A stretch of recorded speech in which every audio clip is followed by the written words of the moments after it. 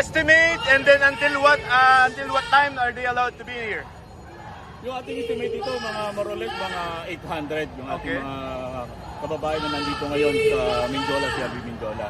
At kanina nakapag-usap, kasama natin yung MPD HIT, yung ating team dyan na tinatawag nating humanitarian engagement team, kung saan kompleto tayo, no? Negotiator, meron tayong abogado, meron tayong taga-human rights.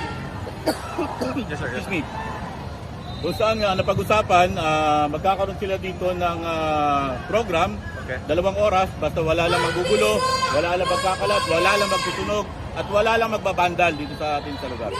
So 2 hours, sir. Pagka sumobra, okay lang, extend. Sa ating we cross the beach when we get there. Ang pinakamahalaga dito, nakita nila na mataas ang pagrespeto natin sa kanilang karapatan na mamahayag. Apo. Sir, police niya, ilan yung dineploy niya? Sapat yung ating bilang dito, kung mapapansin natin, hindi natin pwedeng ibigay kung gano'ng karami ang pulis. Sapat po ang aming bilang dito.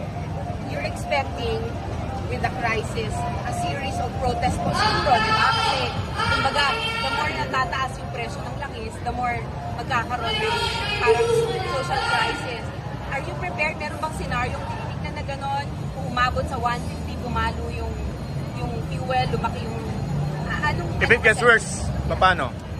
Una-una po, sinasabi po natin, we wish for the best, but we expect the worst. Okay. Palagi po nakahanda yung inyong kapulisan. Hindi lamang po yung Manila Police District, kundi yung kabuuan po ng Philippine National Police. Para po mapanatili lang natin yung kaayusan, yung katahimikan at katatagan po ng lungsod ng Maynila.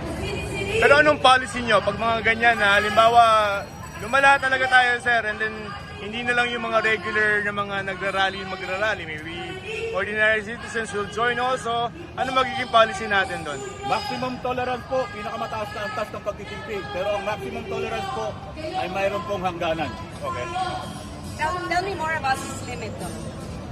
Just po, pag nakakita na po tayo ng hayagang paglabag sa batas, sabi nga po, mataas po ang pagrespeto natin sa karapatan ng ating mga kababayan.